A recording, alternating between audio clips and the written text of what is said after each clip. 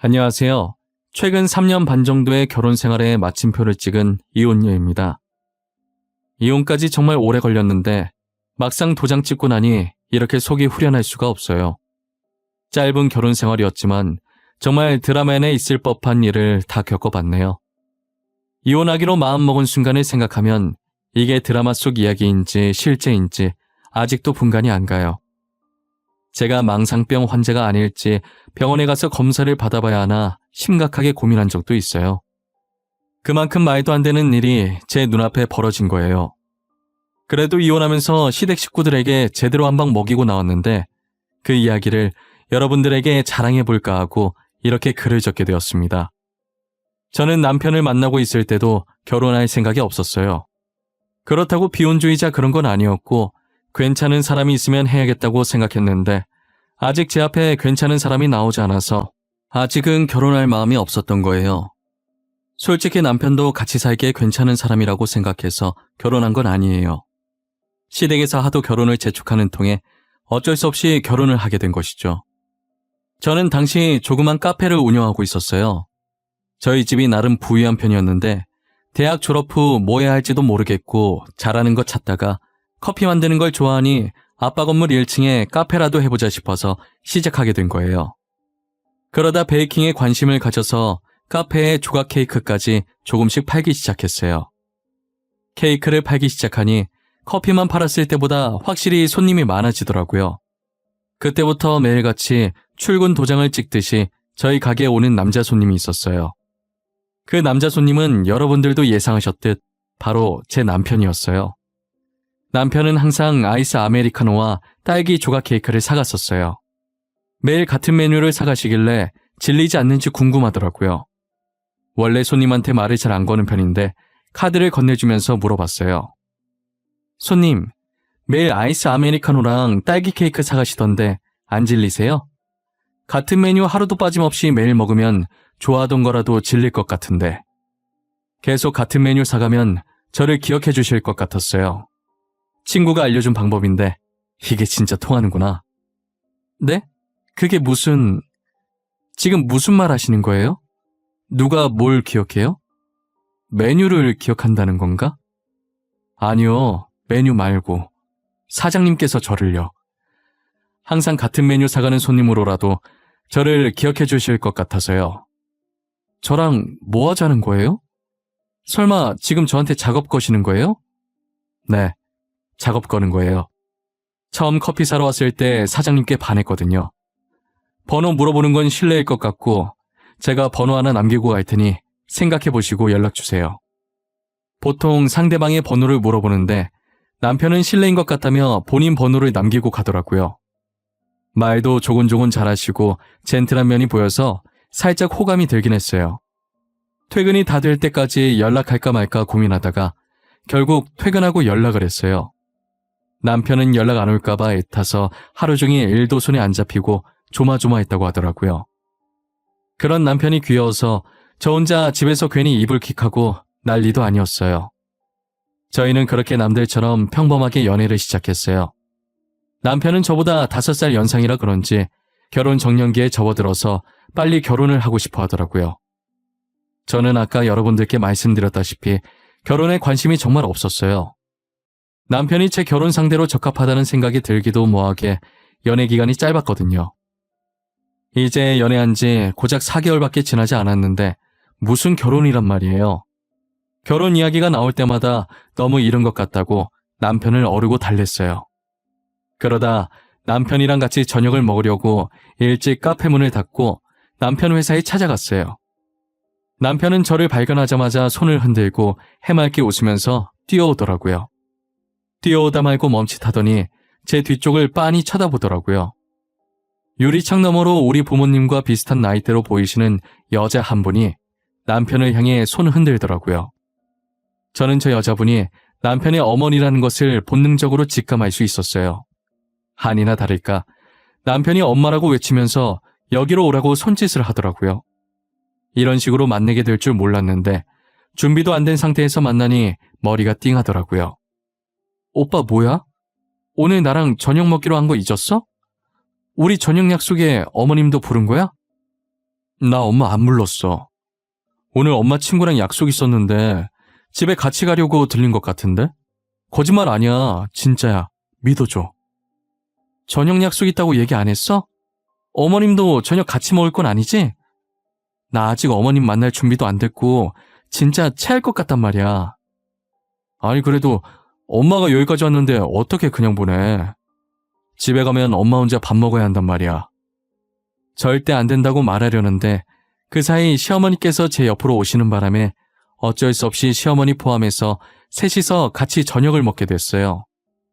정말 식당으로 갈 때부터 도착할 때까지 너무 어색해서 당장이라도 뛰쳐나가고 싶더라고요. 가는 길에 남편이 시어머니랑 조잘조잘거리면서 가서 저는 아무 말도 안 했었는데 제발 이대로 시어머니께서 제게 아무 말도 안 거셨으면 하는 바람으로 불판만 멍하니 쳐다봤어요. 그러나 제 바람과는 반대로 시어머니께서는 궁금한 게 많다는 표정으로 저를 바라보시더라고요. 아, 소개가 늦었네? 엄마, 여긴 내 여자친구. 전에 말한 적 있지? 그리고 여기는 우리 엄마. 서로 인사해. 우리 아들한테 이야기 많이 들었어요. 좋아 죽겠다고 난리치길래 어떤 여자인지 많이 궁금했거든요. 아들이 좋아할 만하네. 참하고 이쁘게 생겼어. 아니에요. 어머님도 되게 젊어 보이세요. 아무도 그 나이대로 안 보실 것 같은데요. 저도 어머님이 쓰시는 화장품이랑 같은 거 사서 써야겠어요. 어머, 말도 어쩜 이렇게 이쁘게 할까. 빈말이라도 기분은 좋네요. 괜히 나까지 껴서 불편하게 만든 건 아닌가 모르겠네. 나는 없다 생각하고 편히 먹어요. 남자친구한테 집으로 보내자고 한 게 미안한 마음이 들 정도로 시어머니께서 엄청 인자하시더라고요. 제가 생각했던 것과는 전혀 다르게 편안한 분위기로 식사를 했어요. 하지만 식사를 마칠 때쯤 시어머니의 한마디로 인해 가슴이 턱턱 막히기 시작했어요. 그건 바로 남편과 저의 결혼 문제였는데요. 시어머니께서는 남편 홍기가 꽉 찼으니 얼른 결혼하라는 거예요.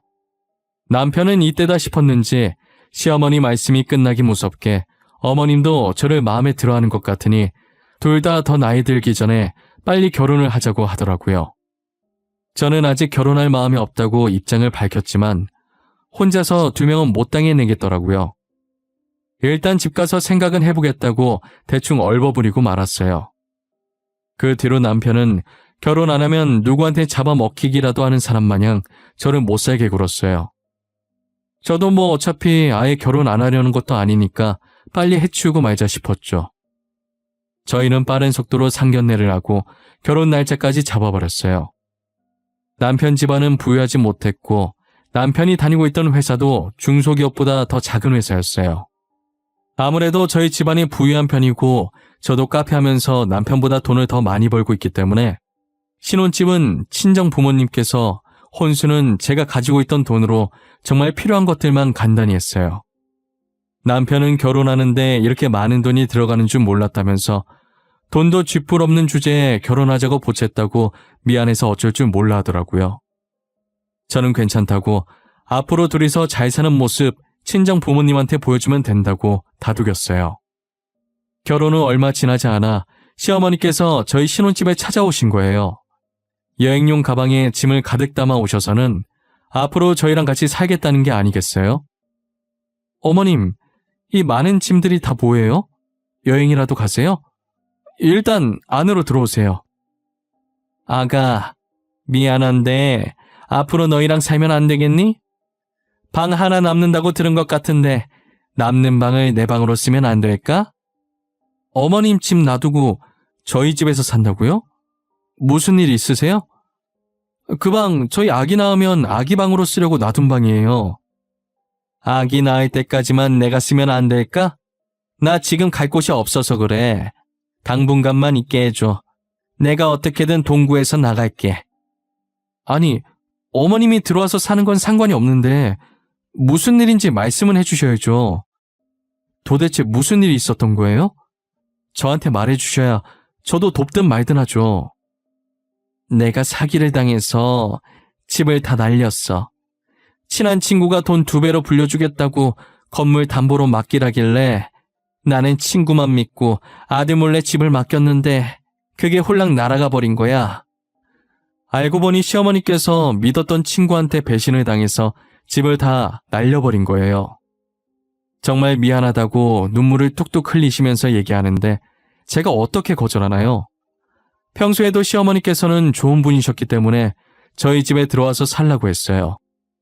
남편도 소식을 들었는지 오자마자 잘 알아보지도 않고 집을 넘겼냐며 시어머니를 꾸짖더라고요. 저는 흥분한 남편 달래고 울고 있는 시어머니 달래느라 중간에 껴서 기가 쫙 다 빠져버렸어요. 시어머니는 신혼집으로 들어와서 살기 시작하면서 제 눈치를 보시기 시작했어요. 제가 괜찮다고 눈치 보지 말고 내 집이다 생각하고 지내라고 해도 눈치를 보시더라고요. 남편과 제가 일하는 동안 시어머니께서 집안일을 다 해주셔서 저는 손 하나 까딱할 일이 없었어요. 오히려 남편과 둘이 지낼 때보다 더 살기 편했죠. 저는 시어머니께서 너무 착하셔서 모시고 사는데 불편한 점이 하나도 없었어요. 오히려 어머님이 힘드신 건 아닐지 걱정이었어요. 정말 그 정도로 다 좋은데 하나 문제가 있다면 자꾸 제 물건이 하나씩 없어진다는 거예요. 처음엔 평소에도 제가 엄청 덤벙거리는 성격이라 분명 어디에 버려두고 왔을 가능성이 커서 없어진 물건들에 대해 크게 신경 쓰지 않았었거든요. 사실 물건 없어진 것도 몰랐다가 필요해서 찾으면 없어진 걸 알 정도로 기억력도 좋지 않았죠. 그런데 잃어버리는 빈도수가 점점 많아지는 느낌이 들기 시작하는 거예요. 근데 그마저도 제게 문제 있는 줄 알고 뇌 사진을 찍어봐야 하나라고만 생각하고 별로 신경 안 썼어요. 저는 괜한데 신경 쓰지 말고 열심히 일해서 시어머니의 집을 다시 되찾아 드려야겠다는 생각을 했어요. 하지만 제가 할 줄 아는 거라곤 커피를 만들어내는 일밖에 없었어요. 이 커피를 가지고 뭘 할 수 있을까 고민하던 찰나에 요즘은 영상을 만들면 그걸 어떤 사이트에 올려서 돈을 벌 수가 있더라고요. 그래서 커피 만드는 과정을 찍어서 필요한 재료들을 자막으로 간단하게 넣고 영상을 올렸어요. 몇 개 정도 올리니 구독자 수도 많이 쌓이고 조회수도 그만큼 많이 올라가더라고요. 3년 정도 커피와 빵을 만드는 영상을 올리면서 돈을 벌어왔어요. 꽤나 많은 구독자와 조회수가 쌓여서 영상 하나만 올려도 수익이 몇 배로 껑충 뛰더라고요. 저는 3년 동안 영상을 올려서 번 수익이랑 카페 일을 하면서 번 돈으로 드디어 시어머니의 집을 되찾을 수 있을 것만 같았어요. 몰래 선물로 드리고 싶어서 남편과 시어머니한테는 이 사실을 알리지 않았어요. 그동안 저희 집에서 살면서 눈치도 많이 보시고 제게 너무 잘해주신 보답으로 드리고 싶었거든요. 저는 일찍 일어나서 가방에 돈을 넣고 카페 오픈하러 가는 척 하다가 그대로 부동산으로 뛰어갔어요. 부동산 직원에게 3년 전 사기당해서 잃었던 그 집을 다시 찾아오려고 한다고 지금 현재 집주인 번호를 가르쳐줄 수 있겠냐고 물어봤어요. 직원은 가르쳐줄 수 없다면서 되게 난처해하더라고요. 어떻게 할 방법이 없어서 결국 사람을 시켜 집주인 번호를 알게 됐어요. 그런데 제가 받은 현재 집주인 번호가 굉장히 낯익더라고요. 제 휴대폰에 입력을 해보니 남편이라는 두 글자가 떡하니 뜨는 거예요. 저는 남편이라는 글자를 보자마자 도대체 이게 무슨 일인가 싶었어요. 그때부터 굉장히 찝찝하고 더러운 기분이 들기 시작하더라고요. 제 눈으로 직접 확인해야 할 것 같아서 곧장 시어머니가 살았던 집으로 가보기로 했어요. 시어머니 집 맞은편에 있던 카페에 들어가서 몰래 그 집을 계속 지켜보고 있었어요. 1시간이 지났을 때쯤 시어머니 집에서 남편과 시어머니가 나오고 있더라고요. 저는 혹시나 모를 상황을 대비해서 사진을 찍기 시작했어요. 그러다 남편과 시어머니 뒤에서 나오는 사람을 보고 폰을 떨어뜨릴 뻔했죠. 모르는 여자가 그 집에서 같이 나오더니 그 둘을 배웅해주고 있었고, 그리고 시선을 밑으로 내리니 여자 다리를 양팔로 안고 있는 어린아이도 보였었어요. 도저히 이게 무슨 상황인지 예측을 해보려고 해도 도무지 떠오르지가 않더라고요. 분명 시어머니께서 사기당했다고 했는데 사기당해서 잃은 그 집은 남편 명이 그대로였고 거기서 나오는 시어머니와 남편 그리고 모르는 여자와 아이까지 전혀 모르겠더라고요. 저는 이 상황에 대해 더 알아봐야겠다는 생각이 들었어요. 안 그래도 주말만 되면 시어머니와 남편이 각자 친구들과 약속이 있다고 나가더라고요. 주말에 이 두 사람이 이곳에 나타날 것이라는 확신이 들었어요.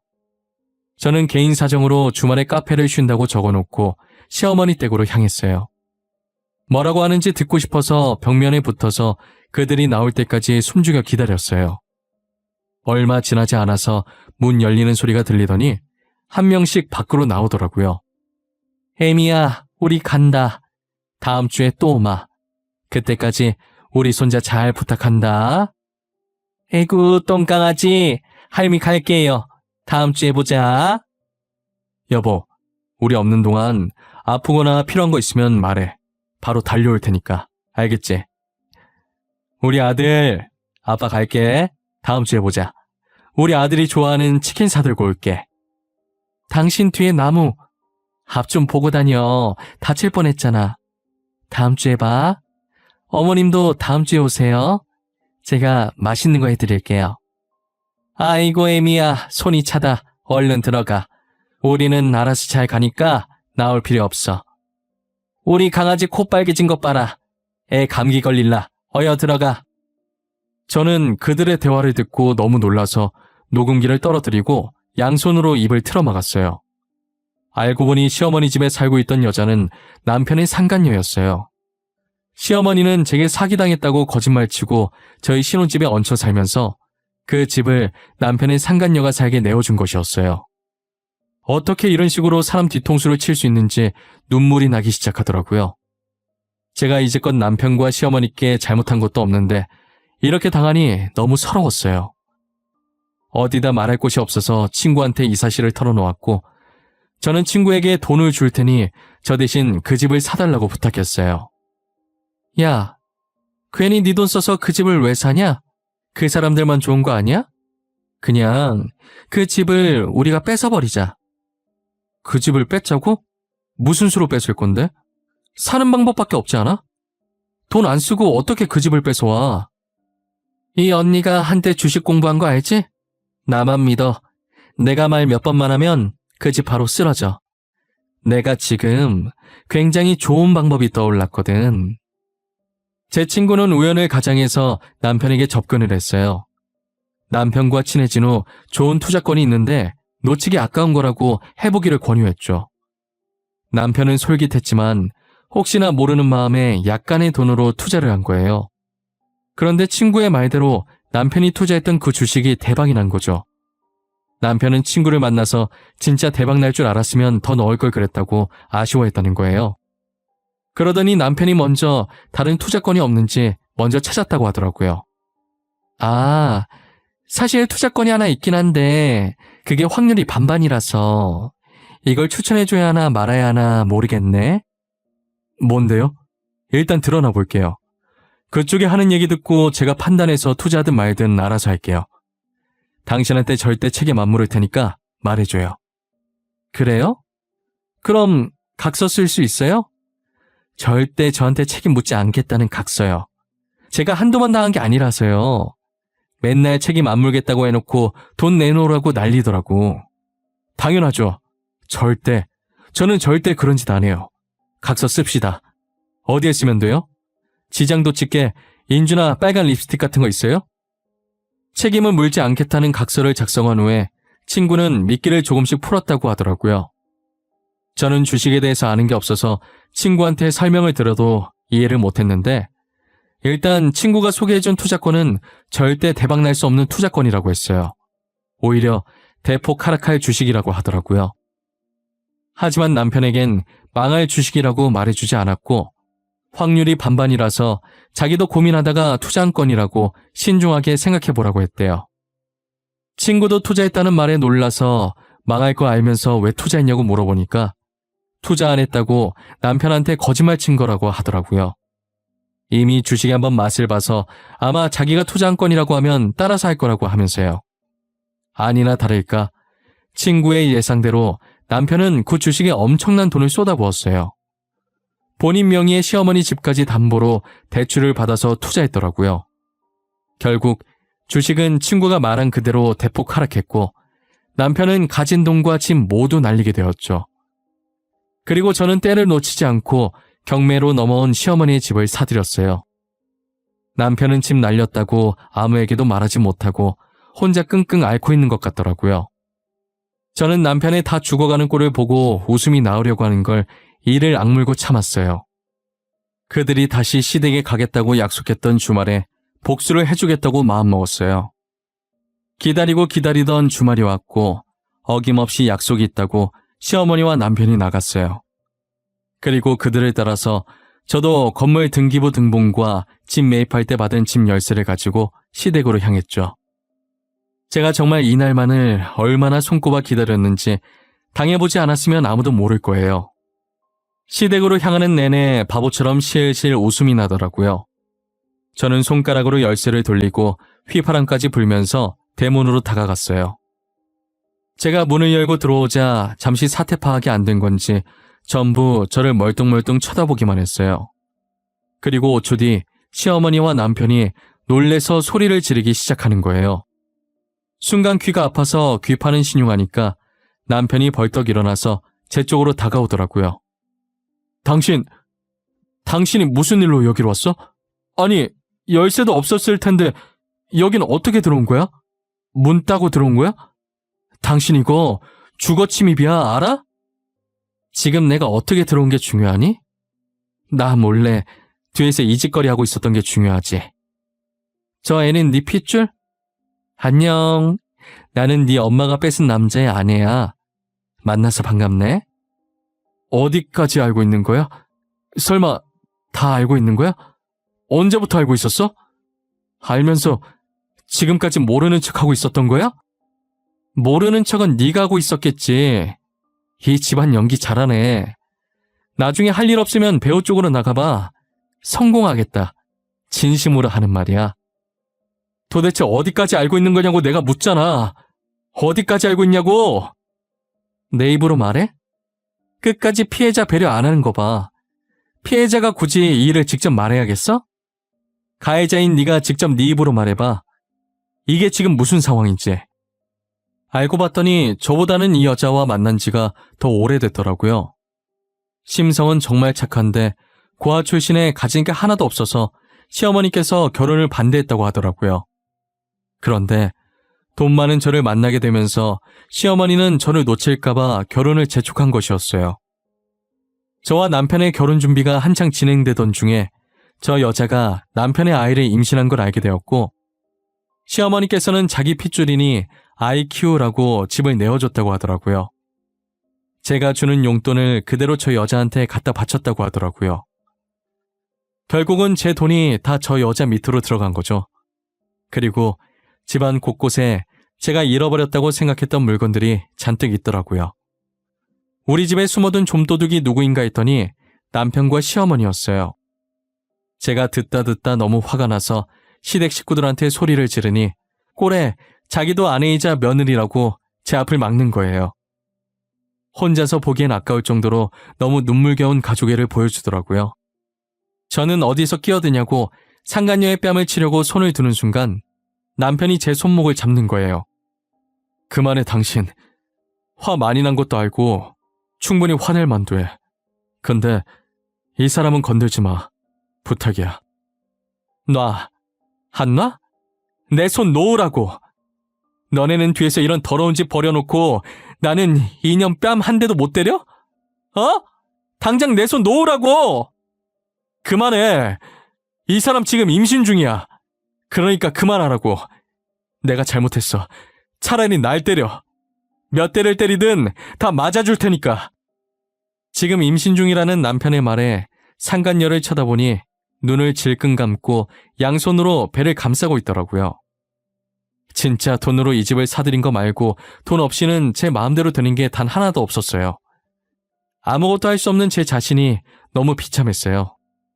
제가 손에 힘을 서서히 풀자 남편도 잡고 있던 제 손을 놓더라고요. 저는 눈물이 나려고 하는 걸 주먹을 꽉 쥐고 억지로 참았어요. 그리고 지금 당장 내 집에서 나가라고 했어요. 시어머니는 알겠다고 당장 신혼집에서 있는 짐들을 빼겠다고 하는 거예요. 그래서 여기에 있는 짐들도 지금 다 빼라고 말했어요. 제 말에 남편은 설마는 눈으로 저를 쳐다보더라고요. 저는 주머니 속에 넣어뒀던 건물 등기부 등본을 꺼내서 남편 눈앞에 들이밀었어요. 그때부터 남편 눈이 뒤집히더니 다 알고 일부러 자신한테 그런 거냐고 소리 지르더라고요. 야, 지금 무슨 소리 하는 거야? 내가 너한테 일부러 뭘 했는데? 나는 어머니가 사기당하셨다길래 다시 찾아주려고 알아보다가 딱 마침 경매에 들어왔길래 산 죄밖에 없어. 아가, 우리 집이 경매에 들어갔다니? 우리 집이 왜 경매에 들어가? 아들아, 지금 제가 무슨 말을 하고 있는 거야? 너 괜히 우리 놀려먹으려고 지금 거짓말하는 거지? 거짓말 하는 걸로 보이세요? 그럼 아주머니도 이 서류 한번 살펴보세요. 이게 어떤 서류인지. 그리고 지금 이 집이 누구 명의로 되어 있는지 말이에요. 뭐? 너 지금 나한테 뭐라 그랬어? 아주머니? 아들아, 들었냐? 나보고 아주머니래. 저것이 이제 막 나가자 이거지. 누가 아주머니야? 내가 너 가만 안 둘 거야. 어차피 저는 며느리로 안 보셨잖아요. 저희 집안 돈 보고 결혼시킨 거 아니었어요? 그리고 저한테 이렇게 큰 소리 치실 때가 아닌 것 같은데요. 시어머니는 제가 건넨 건물 등기부 등본을 보더니 뒷목을 잡고 주저앉으시더라고요. 저는 여유롭게 집안을 구석구석 둘러보면서 오늘 안에 다 빼려면 서둘러야겠다고 했어요. 아니면 용역업체 불러서 다 쓸어버리겠다고 했죠. 집에 있는 것들을 다 챙겨봤자 당장 갈 곳이 없으니 옷만 대충 챙겨서 나가더라고요. 그러더니 옷을 담은 가방을 가지고 대문 앞에 세워진 남편 차에 올라타려고 하는 거예요. 저는 그 차도 제 돈으로 산 거니 탈 생각하지 말고 그대로 쭉 걸어가라고 했죠. 그리고 평일에 날 박는 대로 변호사를 만나 이혼 소송과 상간녀 소송을 했어요. 소송을 하고 와서는 짐을 정리하고 남편과 시어머니의 흔적이 있는 신혼집을 팔았어요. 비로소 제가 지긋지긋했던 지옥에서 완전히 해방된 기분이 들었어요. 저는 다시 사랑하는 부모님 품으로 돌아갔어요. 제가 집안에 들어서자 부모님께서 그동안 수고했다고 꽉 안아주시는데 그날 얼마나 울었는지 몰라요. 부모님 품에 안겨 소세지가 제 눈에 얹어진 기분이 들 정도로 펑펑 울었습니다. 어머니가 일부러 제 눈물 그치게 하려고 괜히 좋은 남자 만나서 재혼하라는 거예요. 그런데 어머니가 했던 방법이 정말 효과가 있었어요. 나오려고 했던 눈물도 쏙 들어가고 장난이라도 그런 말 하지 말라고 어머니를 쏘아봤어요. 어머니는 웃으면서 우는 거 저랑 안 어울린다며 손가락으로 코를 살짝 톡 건드시더라고요. 그날은 괜히 애교 부리고 싶어서 어머니 품으로 더 파고들었던 것 같아요. 앞으로 부모님이랑 같이 지내면서 재혼은커녕 연애도 절대 하지 않을 거예요. 연애할 시간에 옆에 계신 부모님한테 효도나 더 하려고요. 복수 목적으로 샀던 시어머니 집도 보면 계속 그날 생각이 날 것 같아서 다시 팔았고 그 돈으로 공기 좋고 물 좋은 곳에다 저희 부모님 별장이나 하나 만들어드렸어요. 딸은 출가 외인이라는 말이 맞는지 제가 부모님보다 시어머니를 먼저 생각했더라고요. 저렇게 좋아하시는 어머니 아버지를 보니 시어머니 집 찾아줄 생각 말고 진작에 저희 부모님한테 효도나 할 걸 그랬다 싶어요. 여러분들이 보기엔 어떠세요? 제가 한 선택이 과연 옳은 선택이었을까요? 댓글 남겨주시면 쓴소리도 달게 받겠습니다. 지금까지 제 긴 이야기 들어주셔서 정말 감사합니다.